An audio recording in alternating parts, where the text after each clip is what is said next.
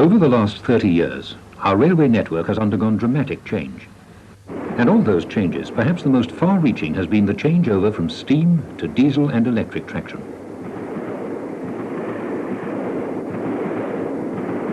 A 125-mile-per-hour high-speed trains where Blacks and Jubilees once worked. Electric masts and poles where sleepy steam-worked branches once diverged. This is the railway scene of the 1980s, as far removed from the days of steam as Concorde is from the early biplanes. But there are two distinct aspects to our railway network. Here on the Midland Main Line, and here just a few miles away on the line through High Wycombe. Passengers and freight are still moved efficiently and reasonably quickly. But this is the traditional railway scene, with its signal boxes, semaphore signals and station buildings, all largely untouched by the ravages of rationalization.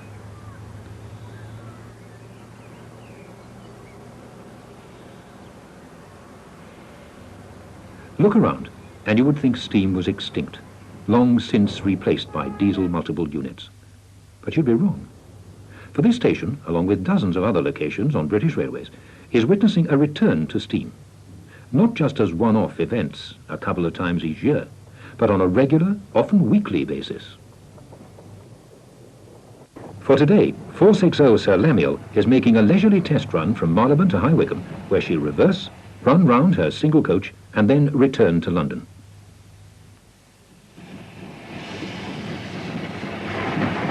It's workings like these that are reminiscent of those of 40 years ago.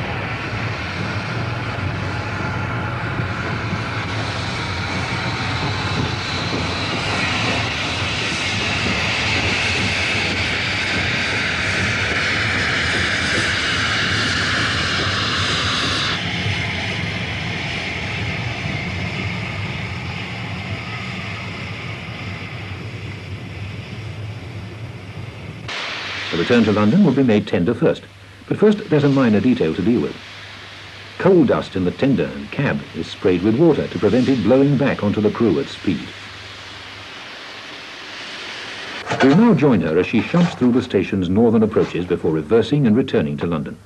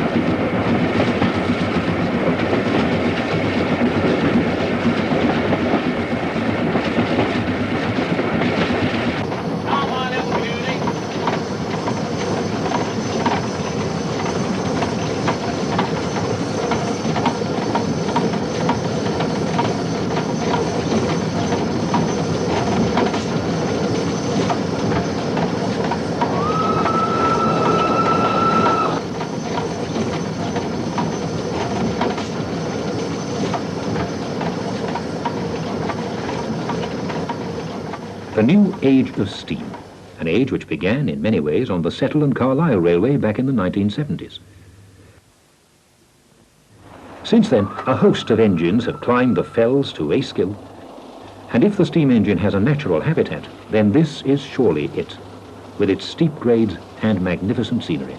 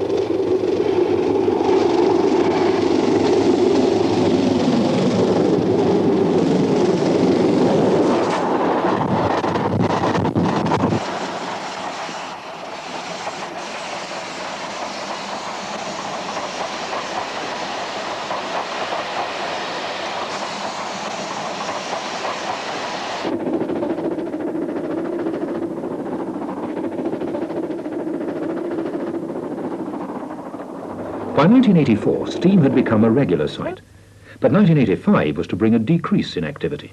Indeed, Christmas '85 was to be without the usual Santa specials for the first time in years. And one of the line's most popular performers was to make a final run on the 26th of October before undergoing major overhaul work. It's the 26th of October, and the Duchess of Hamilton approaches Appleby on a southbound Cumbrian mountain puma.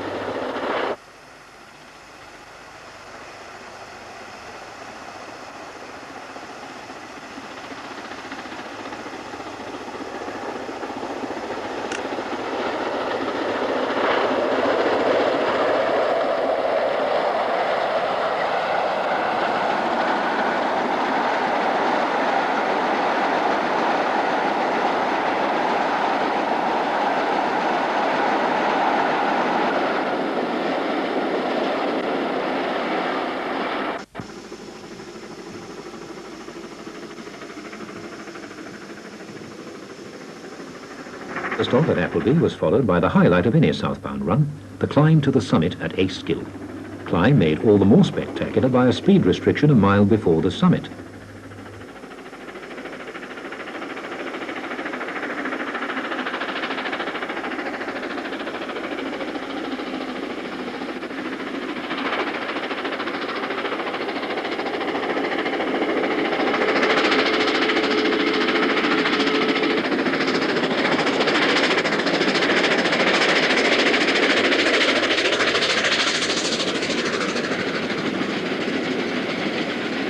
Now the Duchess is heading downgrade at Ribblehead. It's the condition of this windswept and isolated viaduct that threatens the very existence of the line.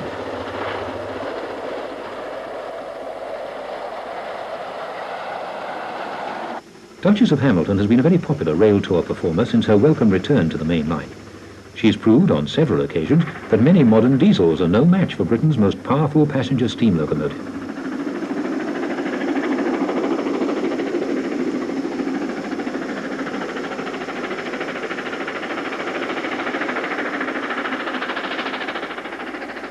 But if the prize for power goes to Stanier's masterpiece, then no one could deny the speed award to Sir Nigel Gresley's immortal A4 Pacifics.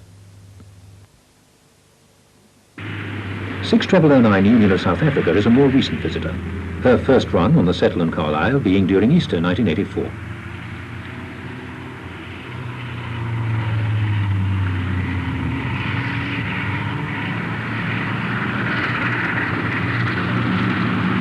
She's seen here approaching Ribblehead Viaduct on a northbound run on the 30th of November 1985. This magnificent locomotive has drawn large crowds to the line side for her forays into England, serving to revive memories of the 50s and 60s with her lined green British Railways livery.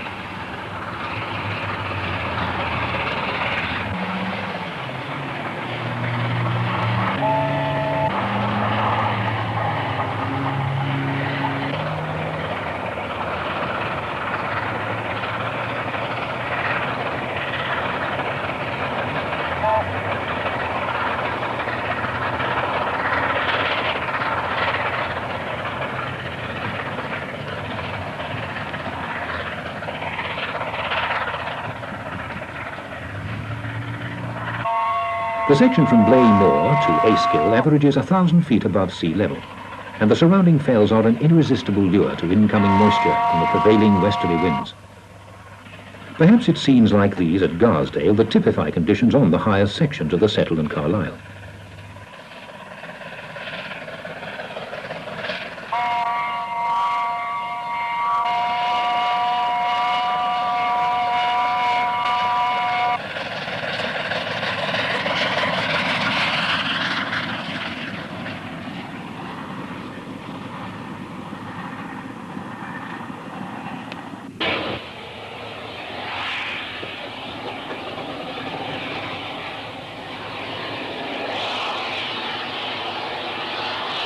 There has indeed been a revival of steam on British railways.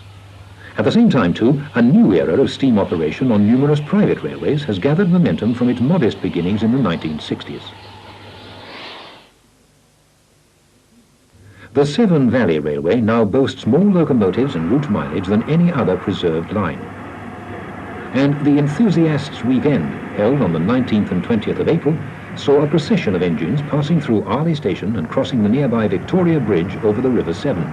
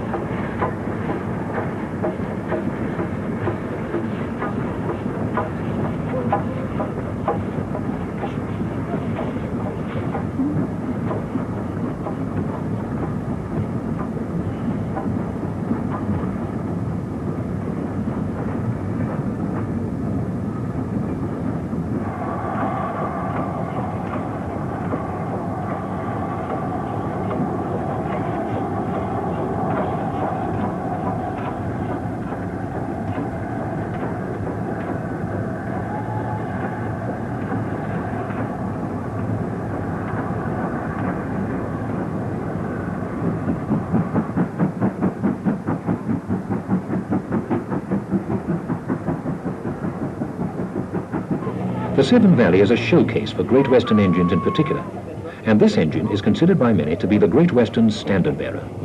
City of Truro.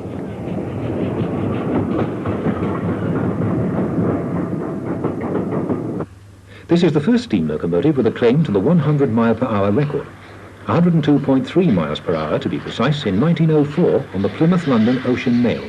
Unfortunately, the record was never authenticated and has always been disputed.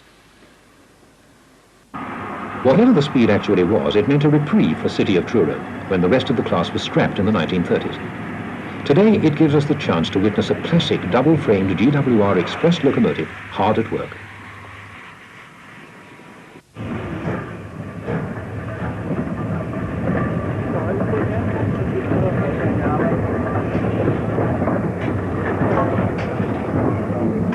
From 1957 to 1961, it proved a popular rail tour engine, and then, in 1962, entered the Swindon Railway Museum. 22 years later, in 1984, it emerged and went to the Severn Valley Railway for a full boiler and mechanical overhaul in readiness for the GWR 150 celebrations. It wasn't until late 85 that it finally ventured onto the main line, and December 30th saw it running with Hagley Hall on a special from Kidderminster to Hereford.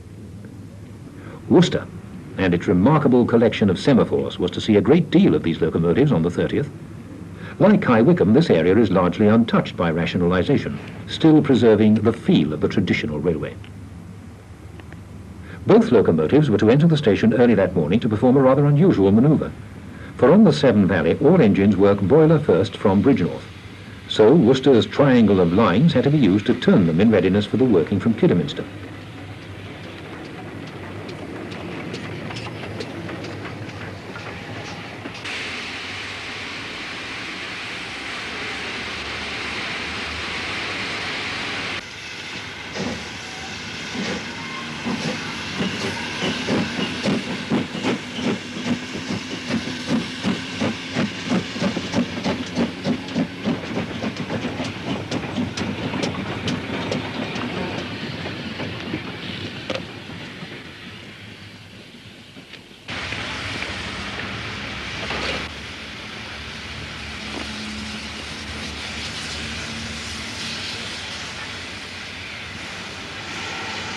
The actual run was made an hour and a half late. They are seen here leaving Worcester Foregate Street.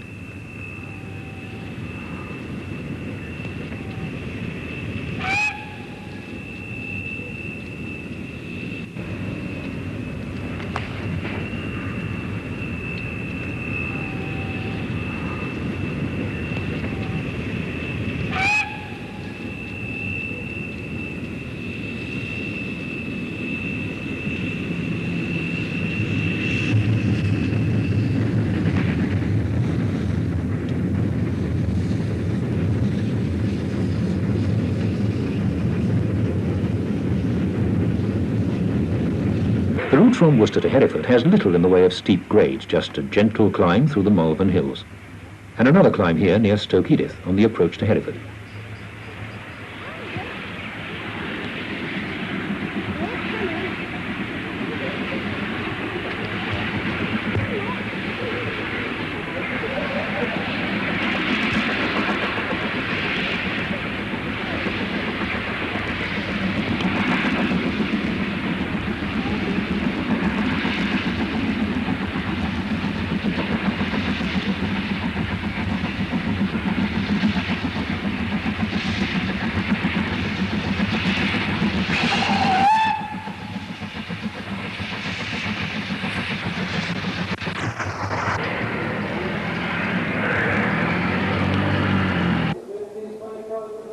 Hereford itself is normally a quiet station, a cross-country junction on the line from Shrewsbury to Newport.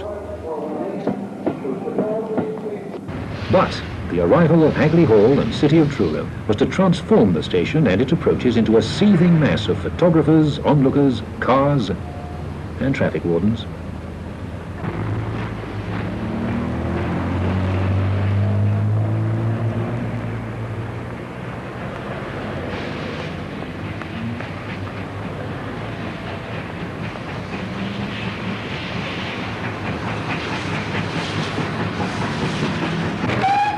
The engines ran north to the triangle at Sherwick Junction to turn, and the stock was manoeuvred ready for departure. However, for a while the return run behind steam was in doubt due to an overheated bearing on Hagley Hall. Fortunately, the problem was rectified, and in the fading light of a winter's afternoon, the locos were coupled ready for departure.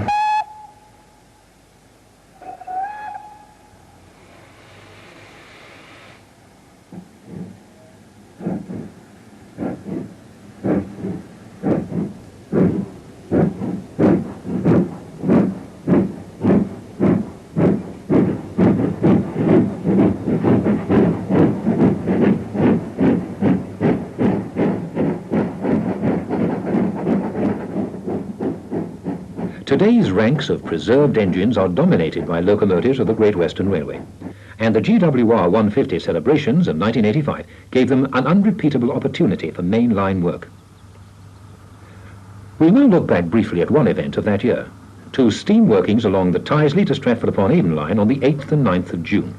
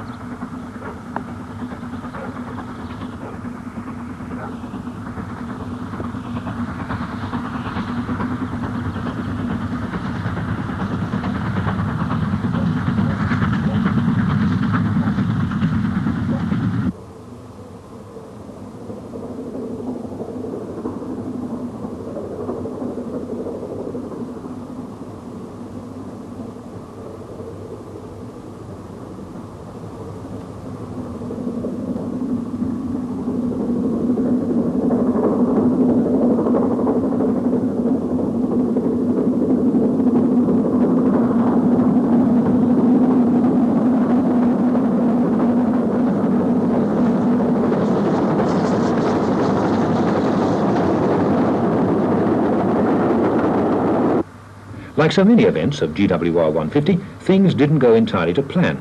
Both Collarpur and Clun Castle were booked, but the former failed, leaving Clun Castle to soldier on alone. With one locomotive out of action, the return journeys to Tyseley were made tender first. The castle is seen here approaching Earlswood Lakes.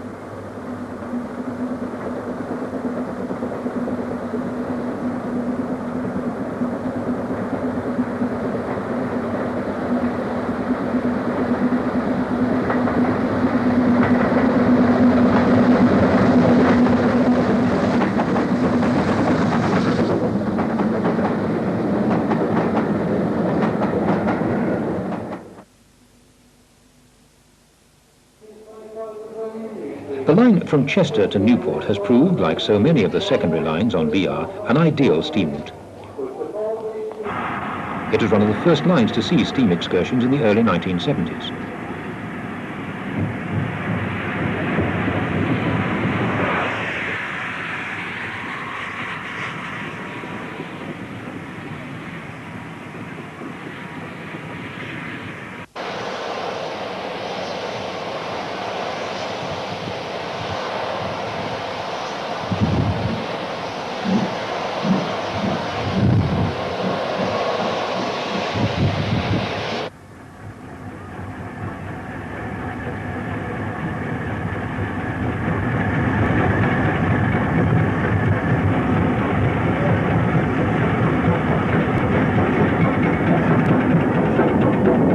Hereford Station, March the 29th, and Leander, together with sister engine Collarpur, prepares to work the Welsh Marches Express.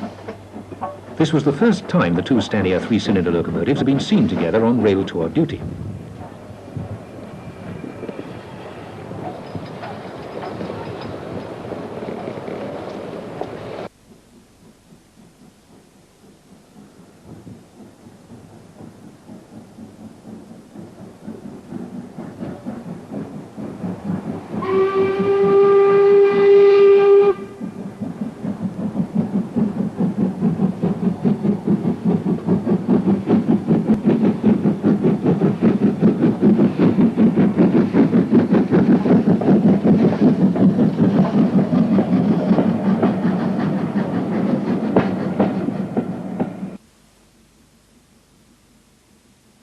This is the former Southern Main Line from Waterloo to Exeter.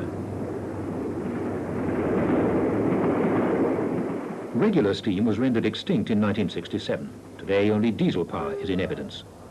Until the weekend of the 22nd and 23rd of March, that is, when a steam haul service was to be reintroduced from Andover along the branch to Ludgershall.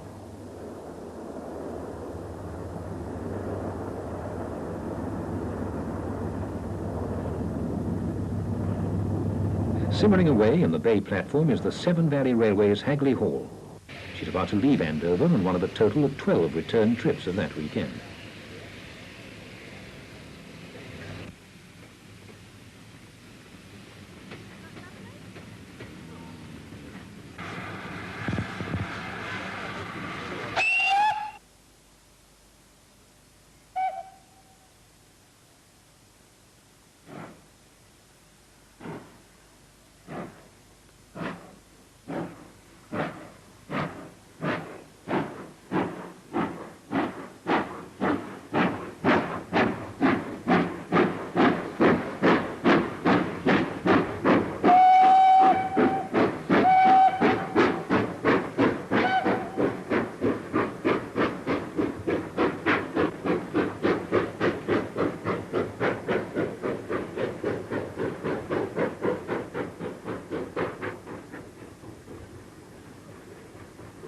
To complement these workings, an exhibition was staged in the goods yard, from the largest to quite definitely the smallest locomotive in action that weekend.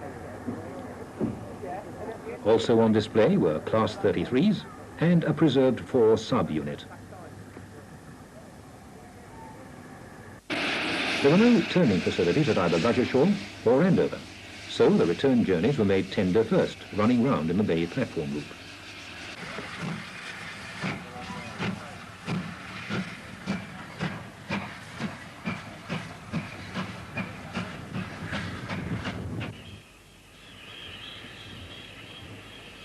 The branch from here to Ludgershall is hardly photogenic, but for the last 20 years the embankments have grown a mass of vegetation, obscuring most of the vantage points. However, the section alongside the main line as far as Red Post Junction is ideal for photography, with 3 overbridges giving good views of both branch and main line. The branch does in fact run independently from the station here at Andover. We'll now see the hall in action from each of these 3 overbridges.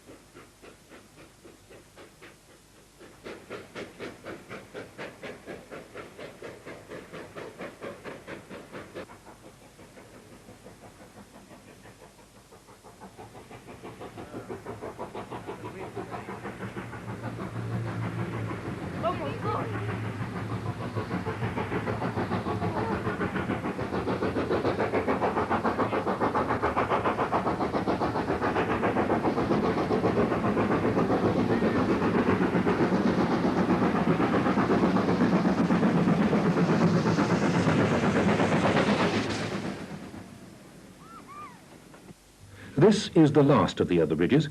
Beyond this point, the line diverges north for Ludgershall.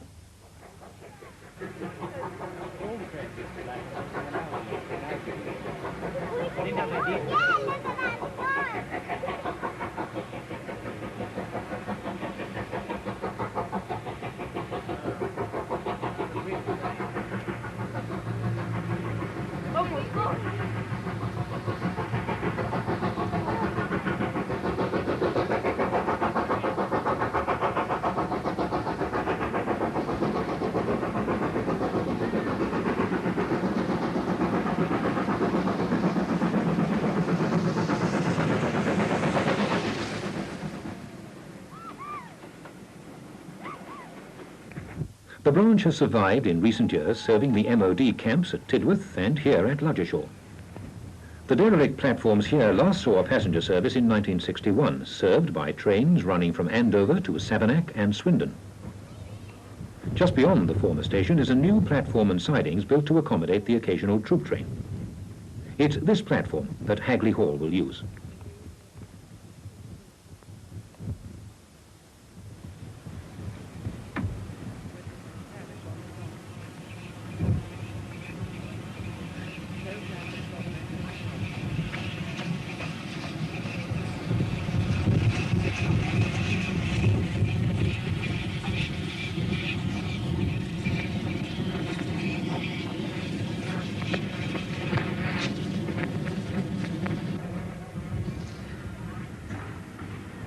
Run round was achieved by reversing into the old station to use the passing loop there.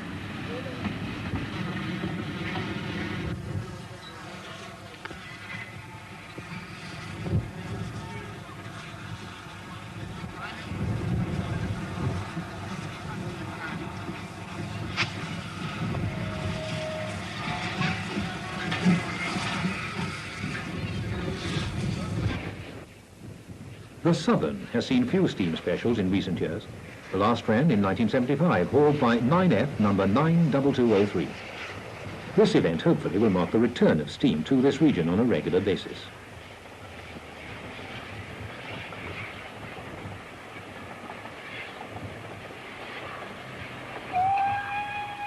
There's been a shift in the centre of steam operations recently, away from the Settle and Carlisle and towards the southeast and London. Walter Orton on the eastern approaches to Birmingham, and Sir Lamiel is working a train that will be steam-hauled right through to London's Marylebone Station.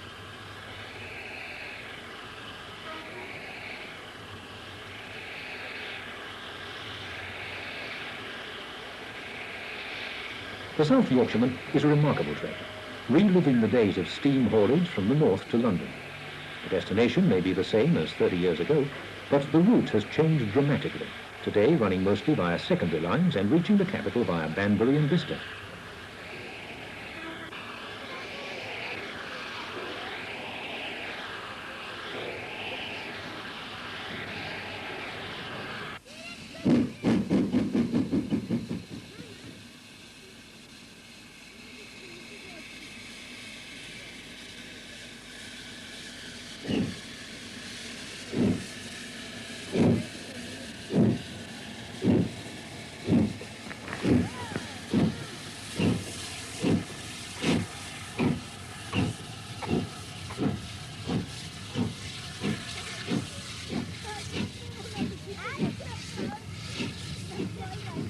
Sir Lamiel is the last survivor of the famous King Arthur class of the Southern Railway, and nowadays performs far from her home metals south of the Thames.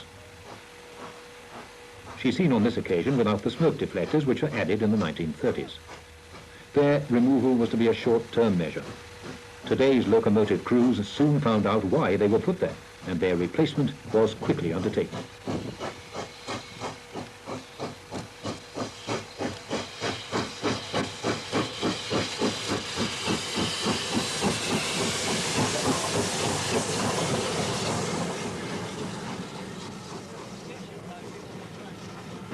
Once at Tyseley, locomotives were to be changed, and standard class 475069 would take the train on to London. She's seen here approaching Dorridge.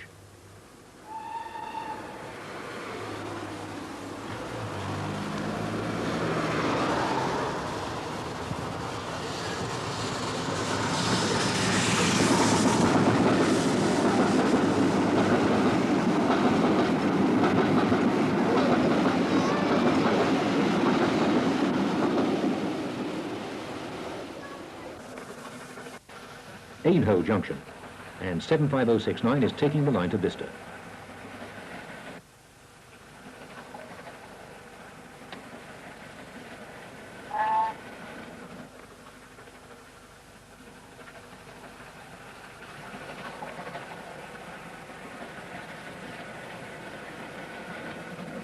April the 12th, a damp and drizzly Saturday morning.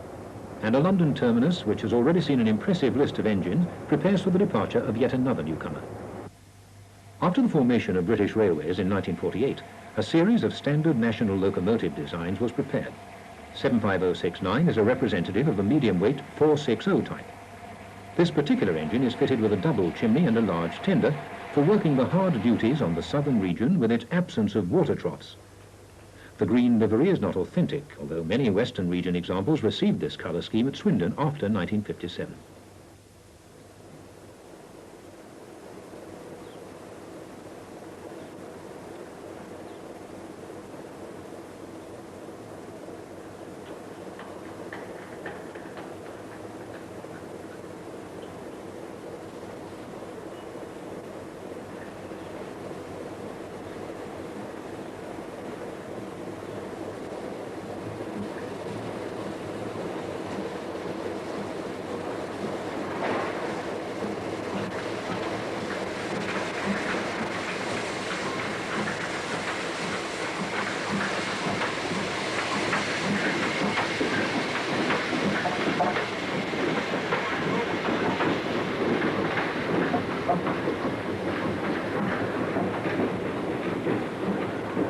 The usual backing through the station approaches, this time followed by a short photographic session on the turntable.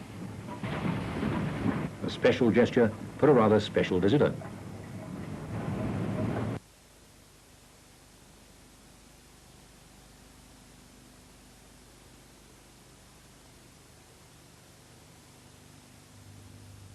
Session complete, and 75069 manoeuvres onto her waiting rake of coaches. Today, an SLOA special bound for Stratford-upon-Avon.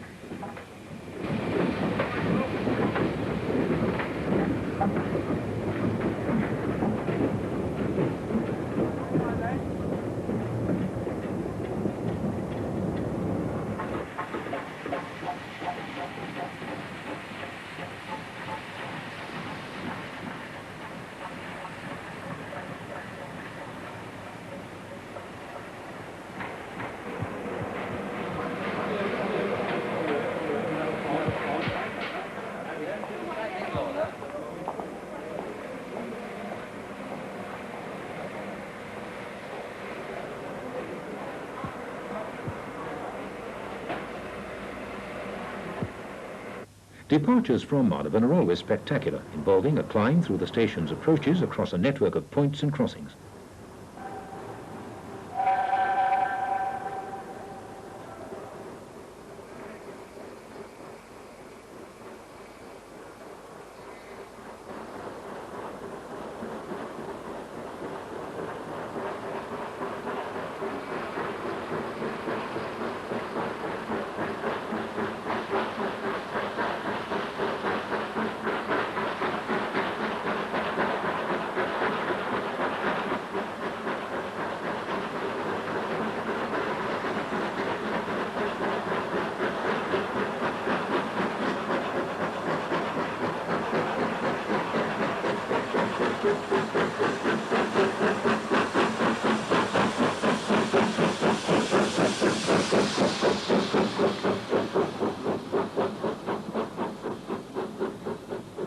"75069 would work right through to Stratford-upon-Avon, and Sir Lemuel was to take up the return working. But more of that later. Another new visitor to the Marylebone line was 4472 Flying Scotsman, seen here at Neasden Junction on the 28th of December.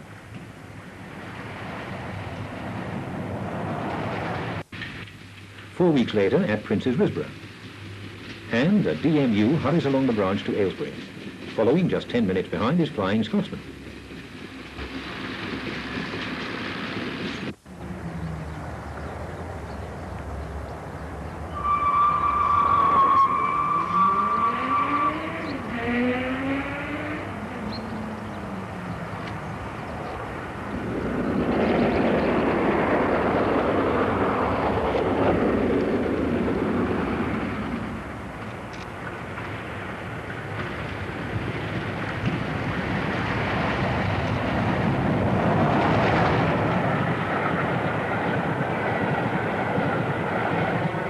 The Marylebone workings were, from December 1985, to see a change in the pattern of operation. At Banbury, engines would uncouple, take water, and then work light engine to Hatton, where they would turn before going on to Stratford to take up the return working. Meanwhile, the coaching stock would be diesel hauled from Banbury to Stratford. These changes enabled a time saving to be made, ensuring the booked departure times from Stratford were adhered to.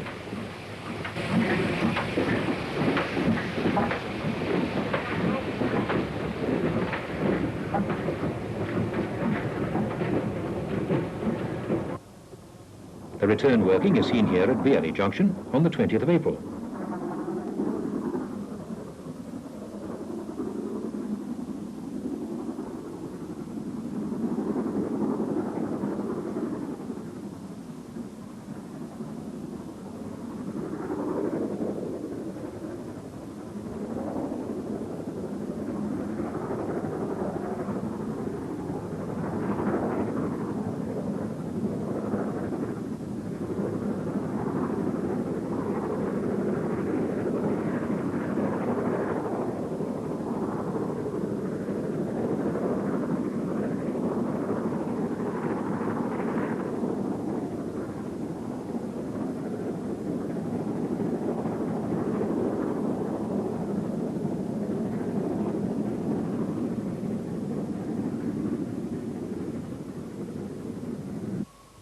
And finally, at Bicester.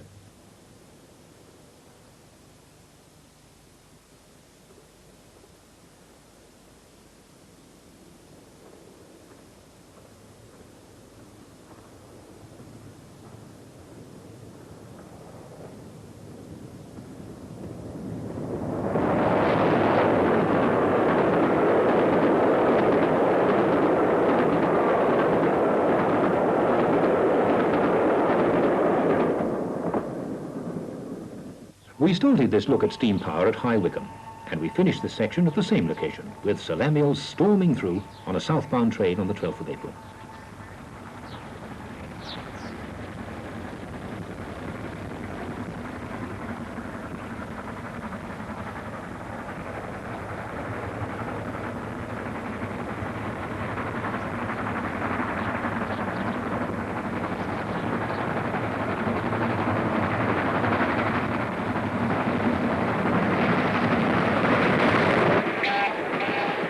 Today, steam power has returned and has taken its place among the diesels of a very different age, not just here on the line from Marylebone, but on railways throughout the country.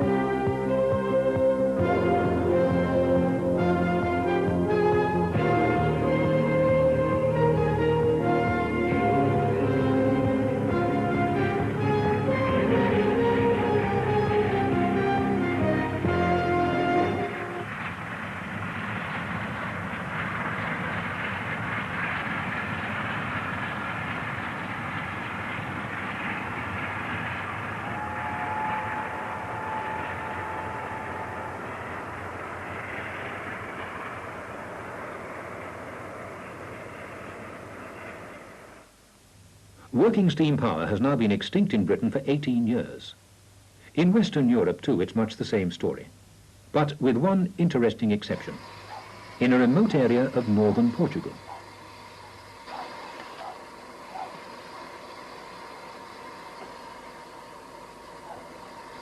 "5th of October, 1985, and the weekly goods prepares to leave Portino on its leisurely journey to Miranda das Igrejas. It's hauled by a meter gauge 2460 Malay of 1920s vintage. You're witnessing the last scheduled steam-hauled train in Western Europe.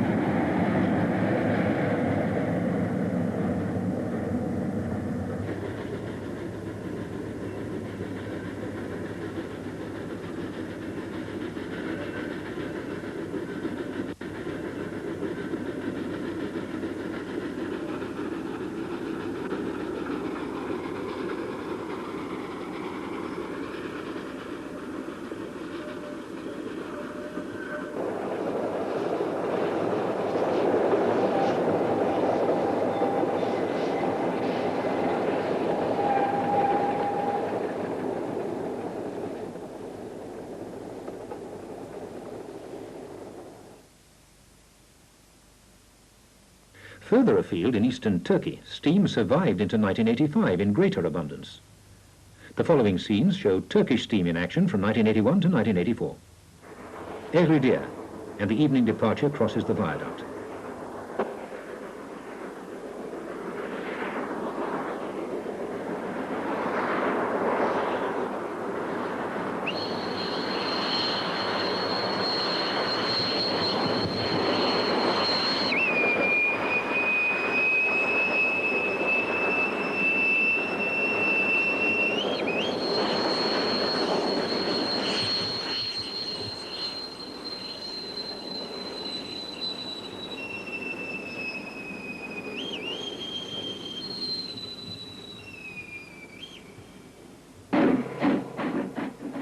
A fog-bound morning, January 83, the climb from Balıkesir.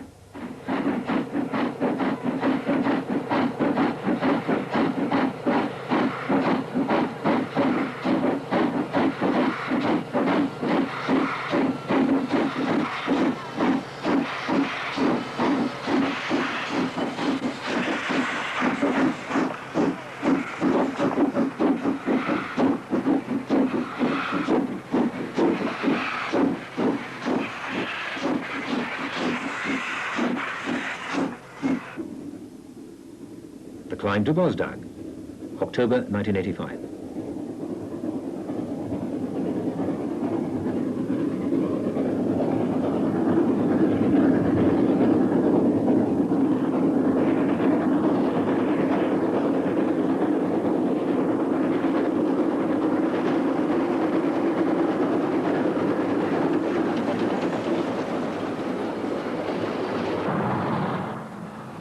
The Izmir Suburbans, January 1981.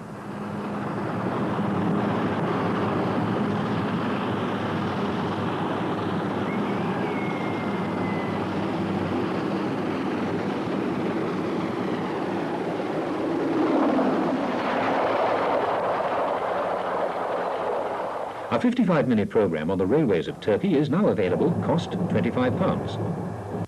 Due out soon, a 30-minute program on steam in Spain and Portugal, cost £16.95.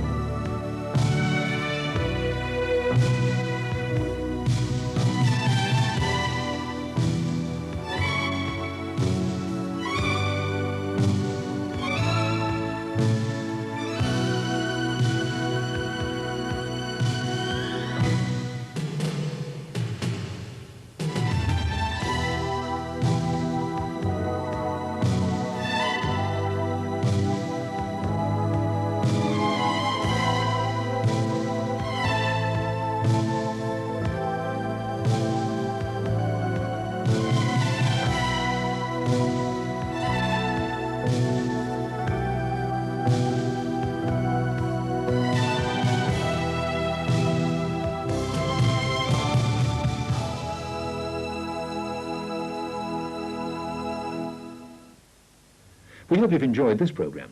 This is Volume 1 of a series which will build to offer a comprehensive portrait of steam power in Britain and beyond.